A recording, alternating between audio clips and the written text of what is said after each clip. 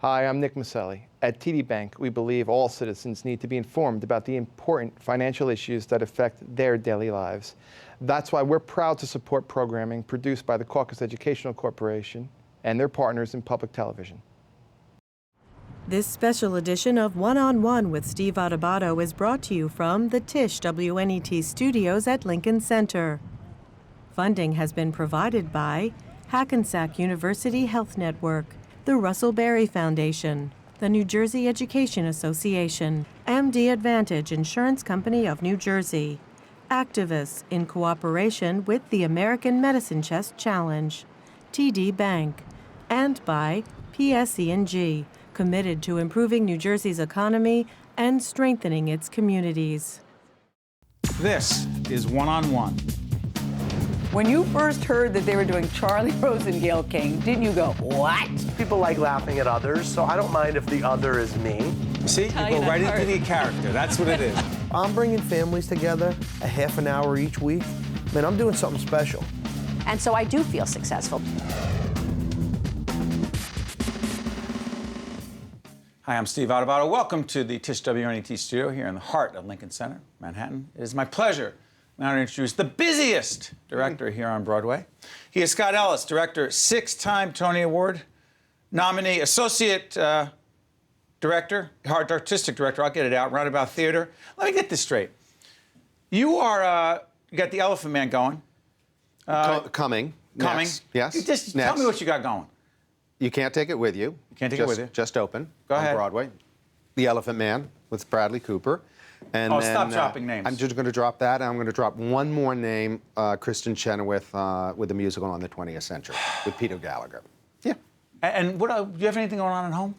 I only have 2 kids, and they're twins, and they're 4.5 years old. So that's what I do. So That's you're my under. job. Oh, man. How great is that? Oh, man. Could your They're kids my be kids. cuter? They're my kids. Parker and Charlotte. They're my kids. That's awesome. You know, and by the way, I had them by myself, single guy, and was still doing theater, and thought I want to have kids. And I went through a surrogate, and I had 2 kids.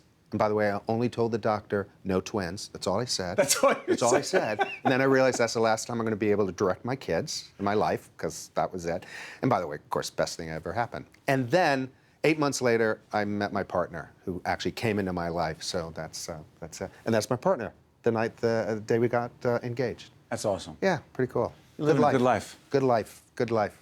Yeah. Tell me about some of these plays. Break them down for us. You know what? You Can't Take It With You. Kaufman and Hart play was done in 1936. It's had a couple revivals. No major revival for 30 years. And it's with James Earl Jones and Rose Comedy? Byrne. Comedy, big comedy. Kaufman and Hart. But you know what? And we just opened, and I think you're supposed to say it got great reviews, but I'm going to tell you it got great reviews. Talk to us. It just got great reviews. The reviews matter a lot. You know, sadly, here's the good news. The good news, it's less and less, but they're still very important. And the New York Times, that's really important. Still. Okay, Still. okay, digital, web, All helpful, all great, and all ways to find different ways to get an audience in to see your show, which is ultimately what you're trying to do. But you know what? If you get the New York Times a rave, it's easier. If you don't, it's a tougher hill to climb. Who's in this? James Earl Jones. I'm sorry, who? James Earl Jones. That was one more name I dropped. How cool is that? Yeah, Christine Nielsen, who's also brilliantly great. And James Earl Jones, by the way, never did a comedy. First comedy he's ever done. Is that right? Yeah, first comedy. Yeah. So he sort of had to learn how to write a joke and how to breathe and how to relax. With comedy, it's just very different. They always say comedy is hard, and that is absolutely the truth. And for you directing him, by the way, Elizabeth Ashley Elizabeth as well? Ashley, who you're going to be seeing later on. We actually, yeah. Yeah, you booked her on. Let me ask you, for you, later today she's coming into our terrific Lincoln Center studio. For you directing giants like this. Yes, yeah. What's it like? You know what? I find most really good actors, there's just no difference. You're just talking to an actor. I mean, James said to me one of the first days, he said, even though if you want to give me a line reading, do so. And I thought, all right, I'll give James Earl Jones a line reading, just so I can say I gave James Earl Jones a line reading. Awesome. So, but those people, you find the ones that are really talented, open and collaborative and just great. And I can't go on thinking, oh God, it's James Earl Jones. He's just an actor who's doing this role, and we've got to figure out how we're going to do it. Elephant Man. Elephant Man, Bradley Cooper. And Bradley and I are friends, and we did a show up at Williamstown Theater Festival several years ago, and we kept saying, let's just, you know, he's not attractive, though. He's not. And by the way, I thought that was me. I thought you that thought it was was me. you? I thought it was me. I thought, why are you putting another picture of me up there? You know, but if look, he were better looking, could he have a better career? I possibly no. He's actually he's terrific, truly isn't one he? of the most talented people I've ever worked with. So we just started talking about things that we wanted to do, and he said, I'd love to do The Elephant Man. And I was like, I'm not sure if that would be my first choice. And yet once I talked to him, you saw what passion he had and the connection he had with this John Merrick, this character that he'll be playing. So we went up to Williamstown, had a great time, and at the end of it, we just looked at each other and said, we're not done with this yet. So we said, let's bring it into New York. So we're doing that. And the last one. On the 20th Century, a musical with Kristen Chenoweth. On the 20th Century, very, very famous musical that was done 30 years ago. Kristen Chenoweth, why do I say West Wing? I'm dating myself. Because you awesome are in that. dating yourself. But she was great in that. Well, she's done other things. I know, but she's, You know. tell some other great things she's done. Now you're putting me on the hot seat? She's done great Seriously? things here on Broadway. Yeah, Yes, a lot of yes. things on Broadway. Oh my God, well, Wicked. Yeah, I'm sorry. Right, Thank you. that was her big thing. By the way, I gave her first Broadway show. You did? Steel Pier, Candor and Ebb show. What Steel did you Pier. see in her? What did I see in her? You know what? Good question. She came in. I'm sorry, at least there's one in the interview. Go ahead. There's one good question so far, okay? You're doing okay. But you showed a really attractive picture of me up on the screen, so it doesn't matter. She came in, tiny little thing, you know, tiny little thing.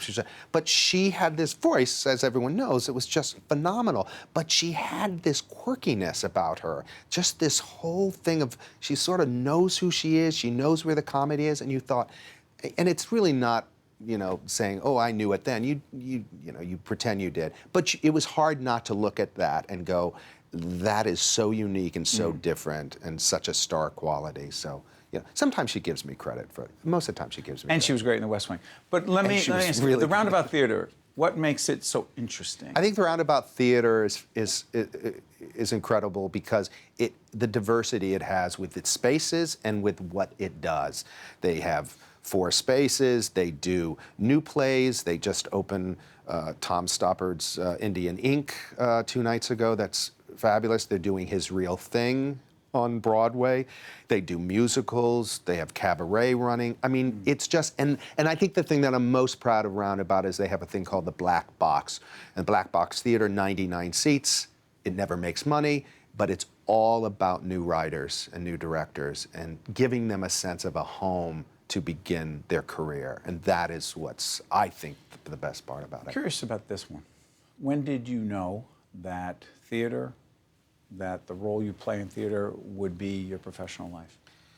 I was an actor for most of my life. I was fortunate that my parents were like, go, do what you want. My dad, who was a conservative Republican, was in Virginia. In Virginia.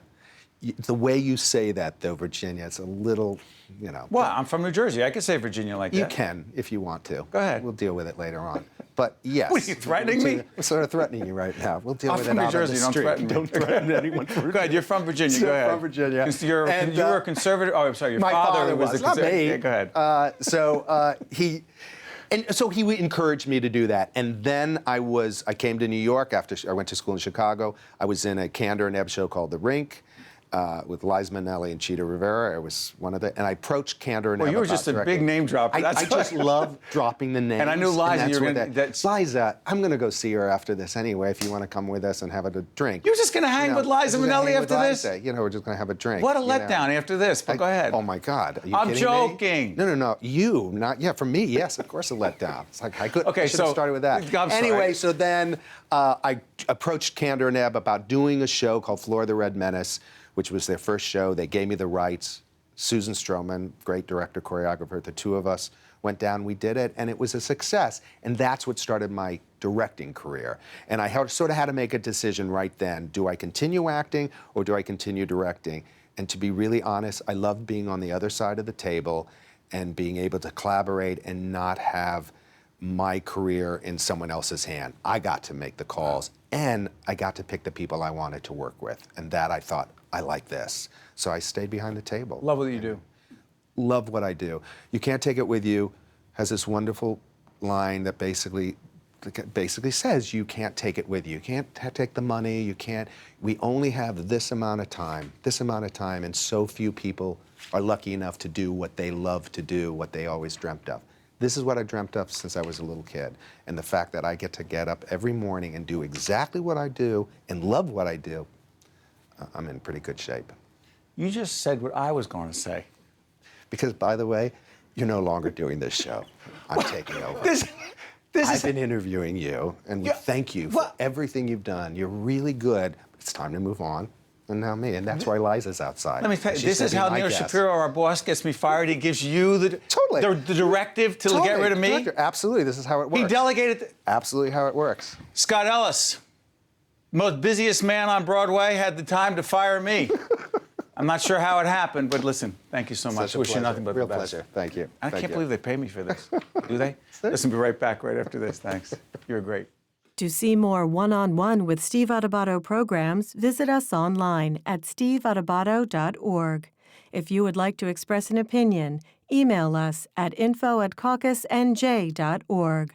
Find us on Facebook at facebook.com/Steve Adubato PhD and follow us on Twitter at Steve Adubato. Merry Christmas and Happy New Year. Guess what? I'm going to a psychiatrist now. My mother says it will do me a world of good. Don't tell anyone, though. It's supposed to be a big secret. Merry Christmas and Happy New Year. Do you talk about sex with the psychiatrist? I talk about sex all the time. It's terribly expensive, but I think it's worth it. That's great stuff. That was from Love Letters. A.R. Gurney, Pete A.R. Gurney, playwright of Love Letters, playing at the Brooks Atkinson Theater on 47th and Broadway and 8th. Good to see you. Good to see you. And that was Brian Dennehy and Mia Farrow. Mia Farrow, right. Great stuff. Well, thank you so much for joining us. This play, Love Letters, a play about two people who have a relationship through their letters. Through their letters over the years. I mean, they start communicating, handing little notes when they're learning how to write cursively. So let's say second grade. And then I won't tell you exactly how it ends, but they both have different marriages, different relationships over the years, and they still keep in touch until the end. But it's a love story. Very much so.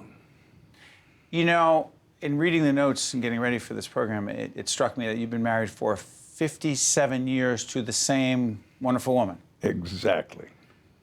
This play has no connection to you and your marriage. It does, in some ways. It does, not totally, because my wife isn't a great letter writer, but both of us came from a letter writing culture. You know, I mean, we were taught how to write cursively at a very early age, and we were taught to write thank you notes and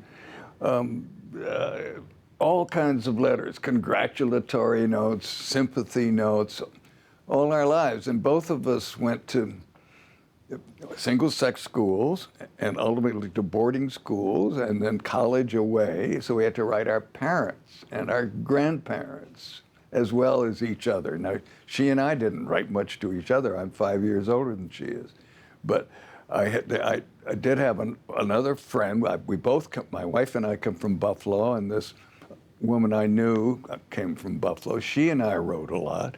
Other women. Hold on, you and another woman wrote a lot. Not your wife. Not my wife. You were writing to each other.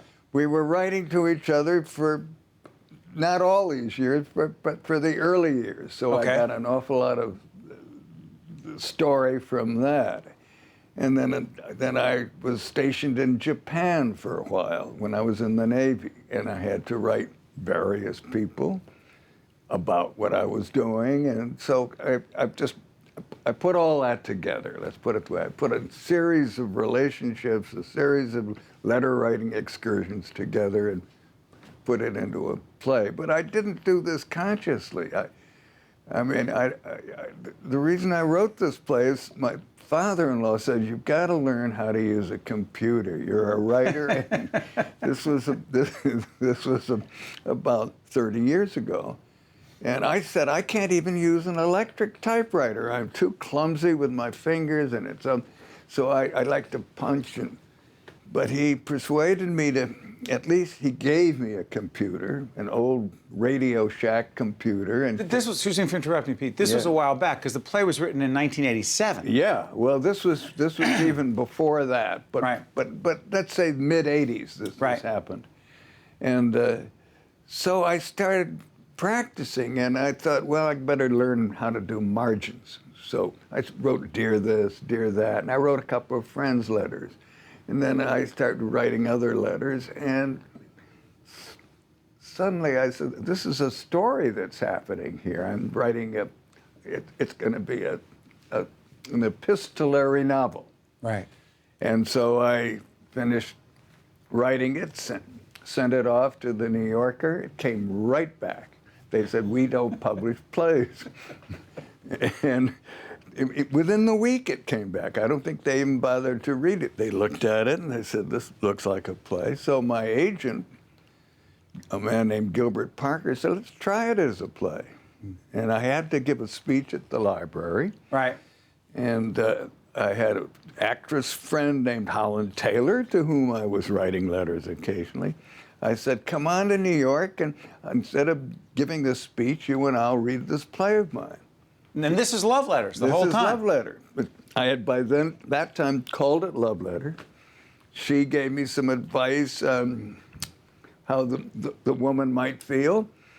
We adjusted it a little just in the afternoon before I gave the speech, or before we delivered the thing. And it went on, and at the end of the first act, there was a primarily female audience, and they all got up and left. I said, they got up and left? Yeah, they did. And I said to Holland, that doesn't work. It's not a book, it's not a play. But then it turned out they got up and left because they were all calling their nannies or their friends saying, we've got to stay here another hour. Oh, that is fabulous. And they all came back. So it connected. Let me ask you, since it was written in 87, since it first premiered, right? In 86 or 7, yeah. Given the amount of time that's passed, yeah, why do you think it still connects today, given how much that has gone on technologically? I don't know. I mean, that's a great question. I don't know. We do it in the simplest possible way. We count on the actors embodying the roles as they're playing it. We don't add any scenery, very few lighting effects, and yet it seems to have worked, even though the world I'm writing about is now 30 years old. And some of the actors, Alan Alda? Yeah. Who else? Alan Alda, Brian Denny. Candice Bergen? Candice Bergen is in it. Stacy Keach. Stacy Keach. Amazing. So the actor, Carol Burnett. Yeah. So the actors, excuse me, they matter a great deal. They do. To the success of how this is delivered and how the audience connects. They do, but and some of them have done it before, like Carol Burnett has done it many times before, and they like doing it. Some do it once and say, that's it for me. You've said that it's like a soft shoe. Like, so the actors have said it's like a soft shoe, meaning if it fits, when dancing, very comfortable, they feel good in it. Yeah, I hadn't heard that image, but that sounds great to me. Before I let you out of here, I don't know exactly how old you are. I'll tell you exactly how. Go ahead. I'll be 84 November 1st. Well, we're coming up on your birthday, so first of all, happy birthday. Thank you. Second of all, I need to ask you this. Your passion for writing continues because? I wish I knew. I suppose I should consult a psychiatrist. But I've done it all my life, including when I was a little kid. I mean, I remember in first grade when I wrote a play, 2 pages about a raccoon, and I wanted the teacher to put it on. So it's old stuff for me. Whatever you're doing, keep doing it. Thank you. Pete Gurney, AR, Gurney, playwright of Love Letters, playing at the Brooks Atkinson Theater, 47th between Broadway and 8th. I want to thank you so much for joining us. You honor us by being here in our studio. Well, thank you very much. Thank you, Mr. Gurney. Bye. Stay with us. We'll be right back right after this. Thank you so much. To see more one-on-one with Steve Adubato programs, visit us online at steveadubato.org. If you would like to express an opinion, email us at info@caucusnj.org. Find us on Facebook at facebook.com/Steve Adubato, PhD, and follow us on Twitter at Steve Adubato. We're honored to welcome Bernard Schwartz, author of Just Say Yes, What I've Learned About Life, Luck, and the Pursuit of Opportunity. Good to have you with us. Thank you. We also to make it clear that you established the Bernard Schwartz Center for Media, Public Policy, and Education, which is led by the former chairman here at 13, Bill Baker. Indeed, yes. Our mutual friend. Talk about this book, Yes, Just Say Yes. The primary message is? I think we have changed, our culture has changed in this country over the last 50, 60 years. And particularly, this is a business environment. That's the area of the world I know best. It was much more relational, much more relationship-oriented. Today, it's a transaction. You write your ticket and you're gone. And I think we've lost a little bit in this country. It's interesting. For people who may not understand the distinction you just made, transactional versus relationship-driven. Well, the best deal I ever made. We made a lot of transactions. We were a big company. We had 80,000 people 38,000 people working for us. It was a large company. We did well. There were deals that I could make on the basis of a discussion, on a handshake. You can't do that today. Today's lawyers, there's boards of directors, there are bankers. It's a different environment today. Some of the best practices that have endured over time, Mr. Schwartz, that still are relevant, that were relevant 20, 30, 40 years ago, that are still relevant today in terms of leadership. A couple of them are? Well, honesty is one thing. I mean, honesty. Yeah, honesty works. I think also taking care of your people, the idea that there doesn't have to be a winner. You can have two winners at a table. Also, your people are working for you. They're giving you the most important ingredient that exists. It's their time. I'm giving them money, but they're giving time to the effort. You have to get them on your side. The only way to get them on your side is to make them part of the team. Now, that sounds like hokey stuff, but it's the truth. And I think anybody who ran a big organization, whether it's in business or in other kinds of things, know that people make the difference. You also talk about doing the right thing. Yes. Why is that a leadership tool as opposed to an altruistic, hey, it's important to do the right thing because it's nice? You meant something more than that. Yes, more than nice. Doing the right thing because it's in your self-interest to do that. The best deals that I ever made were when there was more than one winner at a table. You don't have to have a loser. You don't have to beat the next guy into the ground in order to get what's good for you. So the idea that you are a human value, observing that human value, that you're looking out not only for yourself, but for everybody who is at the table, I think that's not unimportant. Passion. You bet. Talk about it. Entrepreneurialism. That's what entrepreneurialism is all about. To make in business, and why America is really great, because they understand what an entrepreneurial skill is.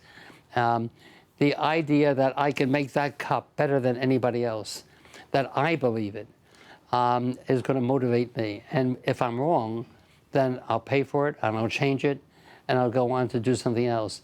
But the idea that you're going to do the best, you can be the best, you can offer something nobody else can do, that's a big driver.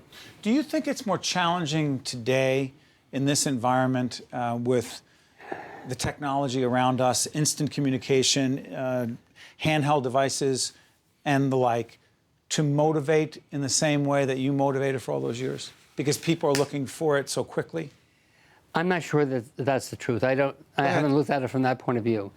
I think we're going through a great transformational impact, a change in the world, not unlike farming into the kind of entrepreneurial development that occurred thereafter.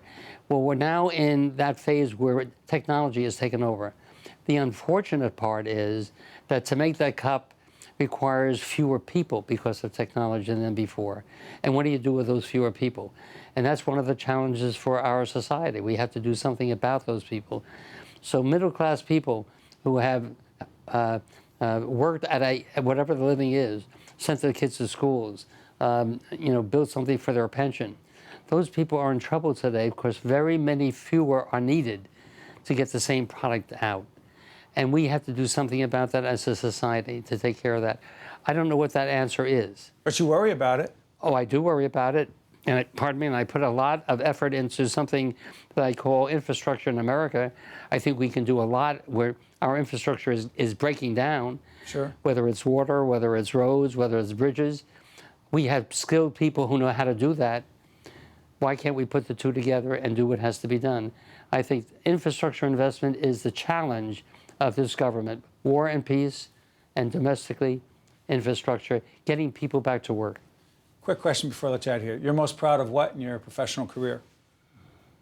Oh, I don't know. There are a lot of good things. I mean, the best thing is I'm retired from L'Oreal about 5-6 years.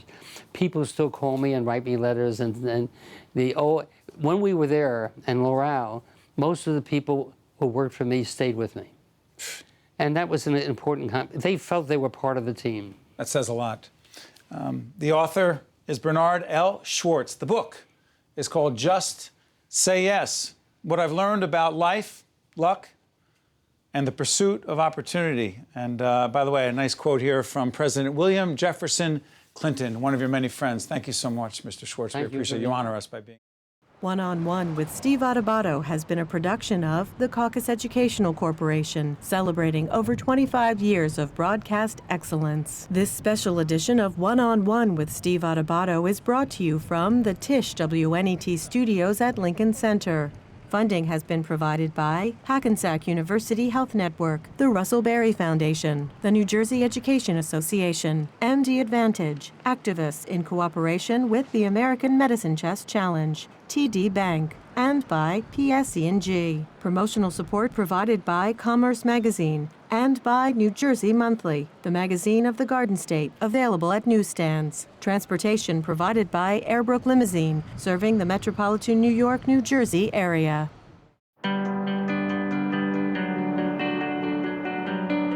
New Jersey is a leader in solar power, and PSE&G is doing its part. With 24 solar installations in New Jersey, projects that are giving landfills new purpose and turning former brownfields green. Solar powers more than our homes and schools and businesses. It powers our economy by creating jobs right here in the Garden State. PSE&G, proud to support New Jersey.